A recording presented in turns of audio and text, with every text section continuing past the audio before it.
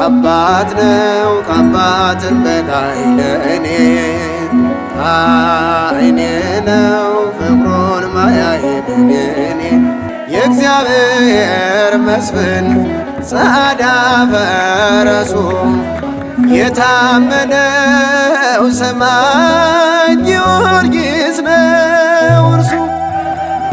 አባት ነው ከአባትም በላይ ለእኔ አይኔ ነው ፍቅሩን ማያይ በኔ የእግዚአብሔር መስፍን ጸዓዳ ፈረሱ የታመነው ሰማዕት ጊዮርጊስ ነው እርሱ።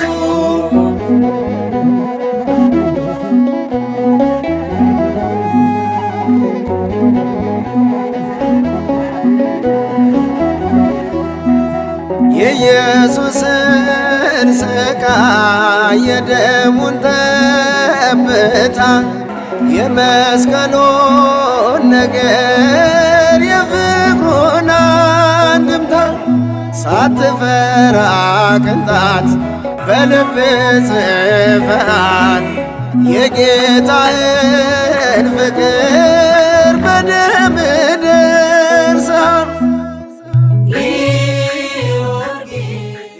እነሆ በዚህ ዕለት የወዳጅህን የባለሟልህን የቅዱስ ጊዮርጊስን መታሰቢያ እንድናደርግ በረከት እንድንቀበል አንተንም እንድናመሰግንህ ለቅዱስ ጊዮርጊስ የሰጠኸውን ጽናትና ብርታት ለእኛም ለደካሞች ልጆችህ እስከ መጨረሻዋ ሕቅታ ድረስ የታመን ሆነን አንተን እያገለገልን ለአንተ እየተገዛን ለአንተ እየዘመርን እንኖር ዘንድ ቅዱስ ፈቃድ ሆኖ ከዚህ ዕለት ከዚህ ሰዓት አድርሰናልና እናመሰግንሃለን።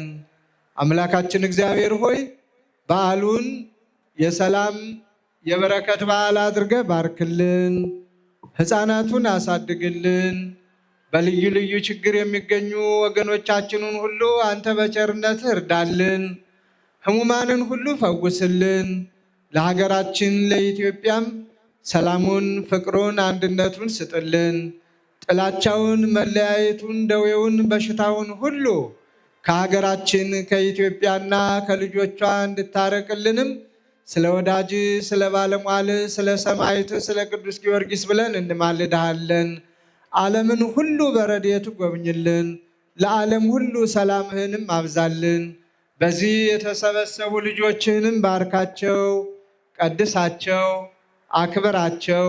አሜን። አቡነ ዘበሰማያት አባታችን ሆይ ቅዱስ ቅዱስ ጊዮርጊስ ሰማዕት ለብፁዕ ወለቅዱስ ቅዱስ ቅዱስ ጊዮርጊስ ሰማዕት ጊዮርጊስ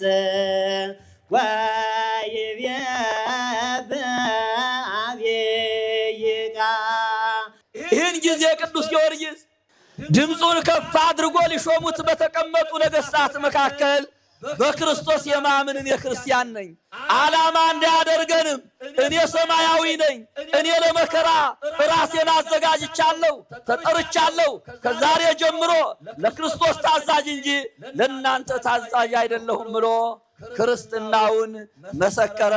በዚህ ምክንያት ብዙ መከራ ደረሰበት። በ1327 ዓመተ ምህረት አካባቢ የንጉሱ ባለሟሎች በጣና ዙሪያ ባሉት ደሴቶች ደብር ለመትከል 4 ጽላቶች ይዞ በመምጣታቸው አንዱን ጽላት በገዳመ ዘጌ መኃልየ ዘጌ ጊዮርጊስ፣ ሁለተኛውን ጽላት ክብራን ደሴት፣ ሶስተኛውን ጽላት በደብረ ማርያም ካስተከሉ በኋላ አራተኛውን የጊዮርጊስ ጽላት የት ቦታ ላሳርፈው ብለው ንጉሱን ሲጠይቋቸው በባህር ዳሩ ስሩት ብለው ስለነበር የስም አጠራሯም ባህር ዳር ተብላ የምትጠራ ሆናለች። ንጉሥ አዲያም ሰገድ ኢያሱ በነገሱበት ዓመትም አንድ ታሪካዊ ግንብ ዛሬም በካቴድራሉ ግቢ የሚገኝና በባህልና ቱሪዝም መምሪያ በቋሚ ቅርስነት ተመዝግቦ የሚገኘው የመጀመሪያው የባህር ዳር ባለ 2 ወለል ህንፃ የገዳሙን ጥንታዊነት ከሚጠቁም ቅርስ አንዱ ነው። አምላኬ ለኔ ሲል እንደተሰቀለ እንዴት አላየውም? እንዴት አይታየኝም? አምላኬ ምንም ኃጢአት የሌለበት፣ ምንም ነውር የሌለበት፣ ምንም በደል የሌለበት እኔን ለማዳን እኔን ኃጢአተኛውን፣ እኔን ጎስቋላውን፣ እኔን የወደኩትን ፍለጋ የመጣውን የኔን መከራ የተቀበለው እሱ ይህንን ሲያደርግ እኔ በኃጢአቴ በመከራዬ ልገረፍም የሚገባኝ ልንገላታ የሚገባኝ እንዴት እሸሻለሁ ከዚህ?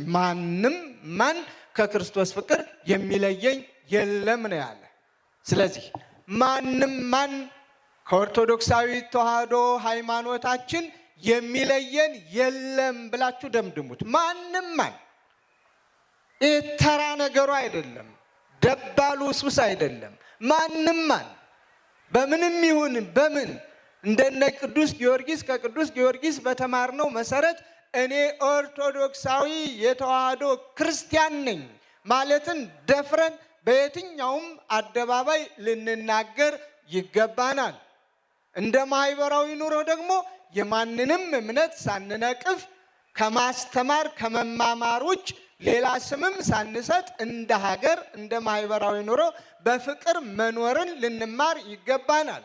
አባቶቻችን ያስተማሩን ይህንን ስለሆነ የፍክክር እምነት የለም። በሃይማኖታችን እንጸናለን። በሃይማኖታችን ምንም ሊለን አይገባም።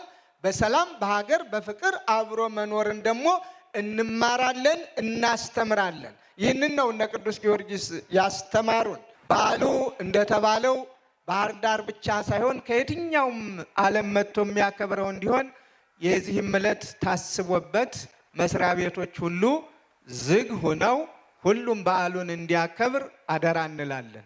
ምክንያቱም አገራዊ በዓል ይሁን ካል የሀገር ቱሪስቶች ይሳቡ ካል ሁሉም ዛሬ በስራ ምክንያት ቤት የሚውለው ሁሉ ቢመጣ ከተማችንም ታድጋለች። ብዙ ሆቴሎቻችንም ተመጋቢም አዳሪም የገቢ ምንጭም የሚያገኙበት ሁላችንም ክብርን የምንጎናጸፍበት እግዚአብሔር ደግሞ የበለጠውን ክብር ለሁሉም ለሀገርም የሚሰጥበት ስለሆነ በዓሉን እንድናከብረው ቱሪዝም እስካሁን እየተባበረ ባህልና ቱሪዝም በጣም ደስ በሚል መንገድ መተናል። ሃይማኖታዊ በዓልነቱ ተከብሮ መንግስትም ደግሞ እንደነ ትንሣኤ እንደሌሎቹ በዚህ በክልላችን በዚህ በከተማችን ብቻ ያለውን ቢያንስ የምናከብርበት መንገድ ቅድመ ዝግጅት እንዲያደርግ በዚሁ አጋጣሚ መልእክቴን አስተላልፋለሁ። እግዚአብሔር ከሁላችን ጋር ይሁን።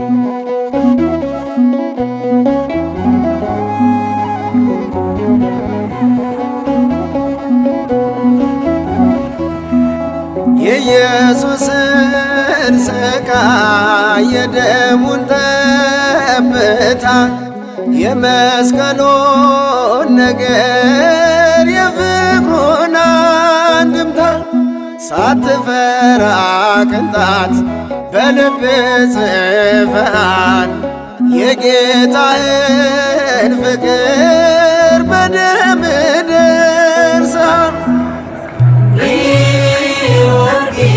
የባህር መንክር ታምረኛ ጽኑ ምስክር እውነተኛ ቃላት አይገልጸው መከራህን ቀልጠህ እንደ ጾም መንደድ የቅዱስ ጊዮርጊስ ረድኤት በረከት ይደርባችሁ። እንደ ዛሬ ሁሉ ለሚመጣው ዓመት ጥያቄያችሁ በእግዚአብሔር ዘንድ የጠየቃችሁት ነገር እስካለ ድረስ ተመልሶላችሁ ፍላጎታችሁ ተሟልቶላችሁ ነግሬው ነበረ ቅዱስ ጊዮርጊስ ሰምቶ ከፈጣሪዬ አማለደኝ ተሳካልኝ ብላችሁ እግዚአብሔርን የምታመሰግኑበትን ዓመት እግዚአብሔር ይስጣችሁ።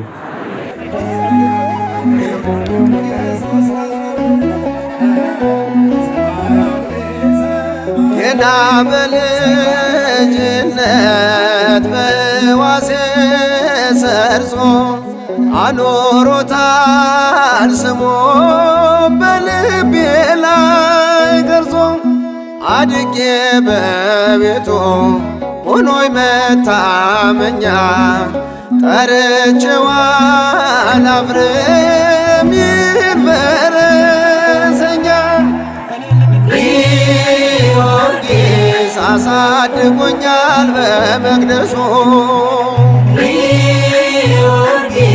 በክብር ሆኖ በፈረሱ እንደ እናቴ ነው እንደ አባት ለሁሉም በጎ ሥራ ለሰሩት ሁሉ እግዚአብሔር ሆይ ምስጋና ይግባ፣ እነሱንም ባርካቸው ብላችሁ አመስግኑት። አንድ ጊዜ ሰላም ወደ የቤታችሁ ግቡ። እግዚአብሔር ይባርካችሁ።